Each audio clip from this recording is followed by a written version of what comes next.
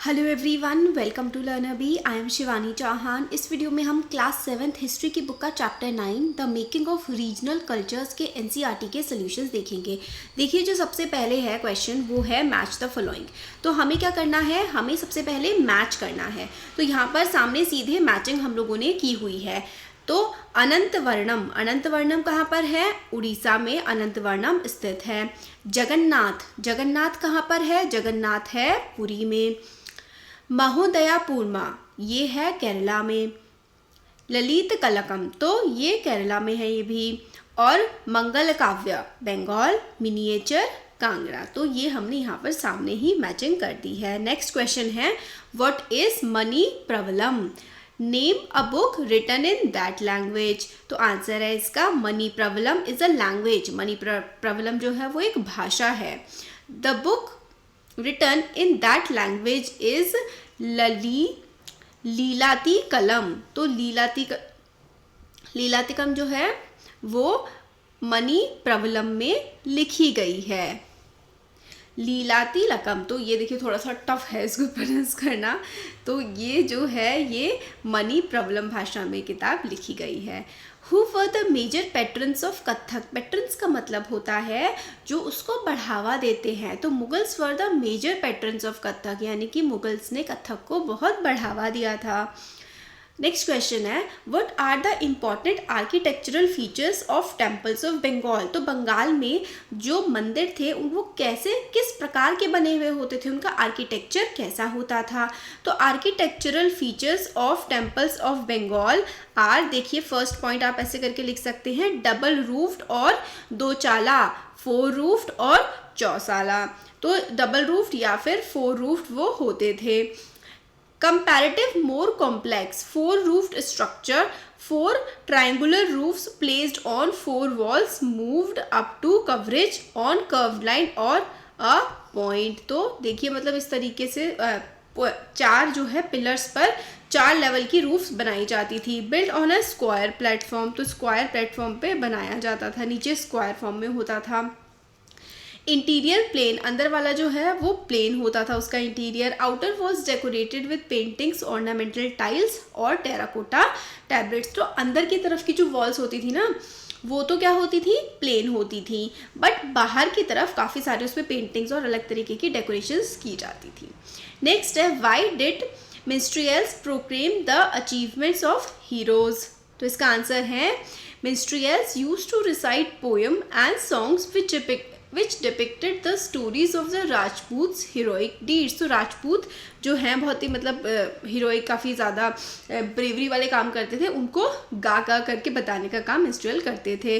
Bye reciting, recite करना होता है बार बार दोहरा करके बताना। By reciting such poems and songs these minstrels inspired others to follow the examples of Rajputs। Ordinary people were also attracted by these stories। Question number 6 है, तो मतलब ये जो मिनिस्ट्रियल क्या करते थे, कहते हैं कि गाथाएं गा करके सुनाते थे, वो एक काम किया करते थे। Why do we know much more about the cultural practices of rulers than about those of ordinary people? तो हमें ऑर्डिनरी पीपल के बारे में ज़्यादा नहीं पता लगता है, जबकि हमें राजा महाराजाओं के बारे में बहुत कुछ चीज़ें पता हैं। तो ऐसा क्यों है? तो देखिए, we know much more about the cultural practices of rulers than about those of ordinary people because ordinary people followed the cultural practices adopted by kings or emperors। Moreover, people had faith in their rulers। They could not adopt other cultural practices which their rulers did not practice। तो देखिए rulers के पास क्या होता था, पैसा भी होता था, है ना, वो लिखवा सकते थे अपने कल्चर प्रैक्टिसेस को। और तो और ये भी होता था ना कि जो राजा फॉलो कर रहा है वही प्रजा फॉलो करती थी, इसलिए अगर हमें राजा के बारे में पता है तो वही चीज़ें प्रजा के बारे में होती थी। तो जो हमें लिखा हुआ मिलता है वो राजाओं के बारे में ही लिखा हुआ मिलता है कि वो क्या क्या किया करते थे। Why did conquerors try to control the temple of Jagannath at Puri? तो conqueror वो होता है जो जीत करके आता है। तो जो भी पुरी के इलाके को जीतता था वो जगन्नाथ टेम्पल को कंट्रोल करने की कोशिश क्यों किया करता था? तो the temple of Jagannath at Puri gained importance as a center of pilgrimage। Its authority in social and political matters also increased। Hence, conqueror tried to establish control over the temple। They felt that it would make their rule acceptable to the local people। तो Jagannath temple ना काफ़ी ज़्यादा famous हो गया था, तो लोग बहुत दूर दूर से मतलब आते थे और आसपास के लोग भी ना उसको बहुत ज़्यादा मानते थे टेम्पल को। तो अगर कोई नया शासक वहाँ पर आता था या फिर कोई नया राजा उस एरिया को जीत लेता था, तो वो ये भी चाहता था ना कि लोग भी उसके राज्य को मतलब उसके राज को माने। तो देखिए क्या है ना कि पहले ज़माने में ना आसपास के राजा बहुत आपस में लड़ाई करते थे, तो उन्होंने पुरी वाला एरिया तो जीत लिया, मगर लोग जो है एक्सेप्ट नहीं कर रहे हैं उस राजा को। तो राजा वहाँ मंदिर में जाएगा, पूजा पाठ करवाएगा, मंदिर को और भव्य करवाएगा, तो लोगों में उस राजा के प्रति भी श्रद्धा बढ़ती थी। इसलिए जगन्नाथ पुरी वाला टेम्पल बहुत फेमस हो गया था। तो राजा जो भी उस एरिया को कंट्रोल करता था ना, वो चाहता था कि पुरी पर भी, पुरी के मंदिर में भी उसका जो है वर्चस्व रहे, ताकि वहाँ के लोग भी उसको अच्छे से माने।